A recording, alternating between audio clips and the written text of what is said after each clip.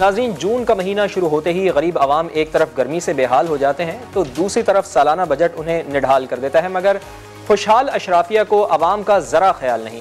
गुज़िश्ता कई दहाइयों से शायद ही कोई ऐसा बजट हो जिसमें महंगाई ना बढ़ी हो। गरीब तो टैक्सों और महंगाई के बोझ तले दबा होता है, लेकिन हमारे मुल्क के हुक्मरान तबकात पर महंगाई का कोई असर नहीं पड़ता। वजह सिर्फ ये है कि इन तबकात की मुराद जूं की तू रहती है। हैरानकुन बात यह है नाज़रीन कि टैक्स देने वाले बुनियादी सहूलियात से भी महरूम है और एक मखसूस तबका, जी हाँ, एक मखसूस तबका टैक्सों के इस पैसे पर मौज करता है। महंगाई के थपेड़ों से बेहाल अवाम मुंतज़िर हैं कि शायद उन्हें कोई रिलीफ मिल जाए, शायद किसी को तरस आ जाए, शायद कोई अवाम का भी सोच ले। जब भी अवाम रिलीफ मांगते हैं तो उन्हें बताया जाता है कि मुल्की मईशत के हालात बहुत बुरे हैं, कौमी खजाना खाली पड़ा हुआ है। नाज़रीन, अब फिर बजट की आमद है और सवाल यह है कि वो कौन से इक़दामात हैं जो लिए जाएं तो मुल्की मईशत बेहतर हो सकती है। कौन कौन से शोबों पर ज़्यादा तवज्जो देने की ज़रूरत है, खाली खजाना कैसे भरा जा सकता है, बड़ा बुनियादी सवाल है। और सबसे अहम सवाल ये भी है कि अवाम को कैसे रिलीफ दिया जा सकता है जो आज महंगाई की चक्की में पिसे हुए हैं। आज के प्रोग्राम में इन सवालों के जवाब जानने की कोशिश करेंगे अपने शुरा से तजावीज़, और हुकूमत कौन कौन से इक़दाम करके बेहतर बजट दे सकती है। मईशत के हवाले से बहुत ही बड़े और मोहतरम नाम हमारे साथ मौजूद हैं। मारूफ माहिर मईशत डॉक्टर खुर्रम हुसैन हमें ज्वाइन कर चुके हैं, साबिक़ मुशीर ख़जाना डॉक्टर खाकान नजीब हमें ज्वाइन कर चुके हैं, और मुल्क के मारूफ बिजनेसमैन और मुआशी उमूर के माहिर मिर्ज़ा इख्तियार बेग साहब भी हमें ज्वाइन कर चुके हैं। तो तमाम मेहमानों को वार्म वेलकम, बहुत शुक्रिया आपका प्रोग्राम में ज्वाइन करने के लिए। तो खुर्रम हुसैन साहब, आपसे गुफ्तगू का आगाज़ करते हैं। वज़ीर ख़जाना की गुफ्तगू सुने, हुकूमती नुमाइंदों के बयानात पढ़ें तो लगता है कि हालात बेहतर से बेहतर हो रहे हैं, लेकिन अपने आस पास देखें तो गुर्बत, महंगाई और बेरोजगारी ही नजर आती है। सर, ये कैसे खुशहाली है जो आवाम तक नहीं पहुंच पा रही है? खुशहाली नहीं है। बेसिकली जो हुकूमत के लोग सेलिब्रेट कर रहे हैं बात, वो यही है कि फिलहाल आज तक डिफॉल्ट को उन्होंने रोक दिया है। अच्छा। और वो भी एक बहुत नैरो डेफिनेशन ऑफ डिफॉल्ट के सॉवरेन डेट अपनी रीपे कर दी हैं। पाकिस्तान की जी सप्लाई चेन नहीं है, एसेंशियल आइटम्स की इंपोर्ट्स जो हैं वो भी फिलहाल जारी तो रखी हुई हैं। किस्म का बेसिक इकोनॉमी को लाइफ सपोर्ट पे रख के उसको एक श्रीलंका के हाल से बचा के जो रखा हुआ है, इस चीज को वो कामयाबी अपनी कामयाबी की सबूत दे रहे हैं। लेकिन खुशहाली तो खैर आई डोंट थिंक। ठीक है। अच्छा, लेकिन खुर्रम साहब, आपने कहा कि श्रीलंका जैसी सूरत हाल से बचा के रखो है। जब हमने देखा था कि जब श्रीलंका डिफॉल्ट हुआ था तो उस वक्त तो महंगाई जो थी वो वहाँ की, अगर हम स्टैटिस्टिक्स देखें तो 38% थी या 36% थी, और डॉलर भी उनका 300 तक आ गया था जब उन्होंने IMF का प्रोग्राम लिया था। तो इन हालात में जब पाकिस्तान में भी डॉलर 300 को क्रॉस कर गया है, अब थोड़ा बहुत नीचे आया है, लेकिन महंगाई भी 42% पर चली गई है, तो हालात तो कमोबेश वही श्रीलंका वाले हैं। तो फिर हुकूमत की दावा कैसे कर रही है कि हमने श्रीलंका जैसी सूरत हाल को काबू किया हुआ है, उस जैसी पोजीशन में हम नहीं है?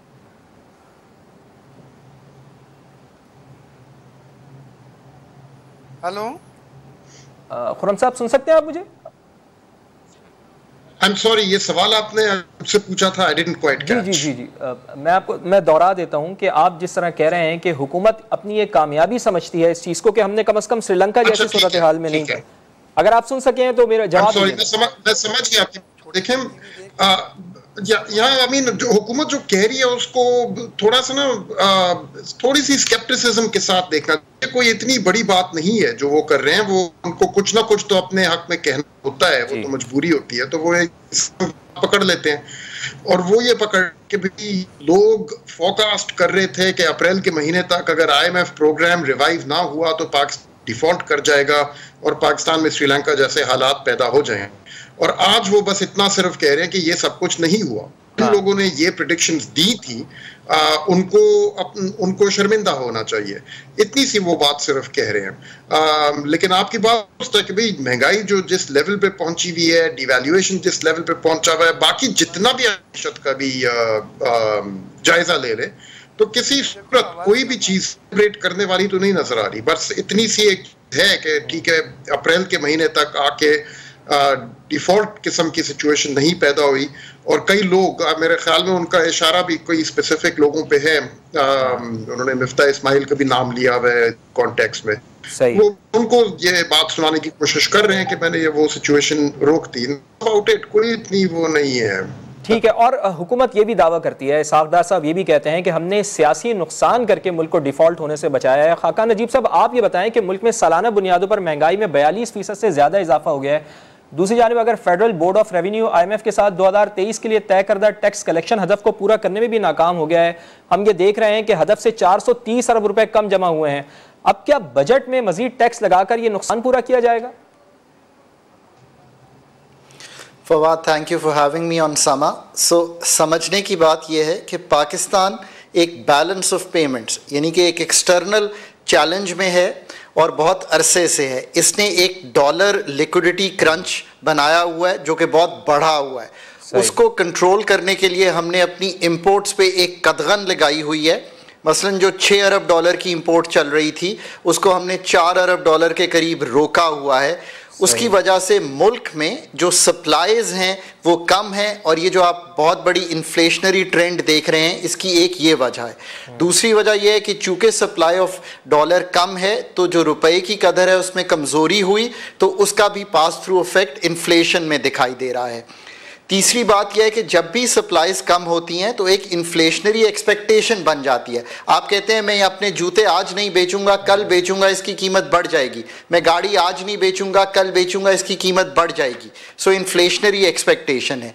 इसके अलावा बिल्कुल ये भी बात है कि जब हमारे यहाँ फ्लड्स आए तो चीज़ों की जो हमारी सप्लाई थी वो भी डिस्टर्ब हुई।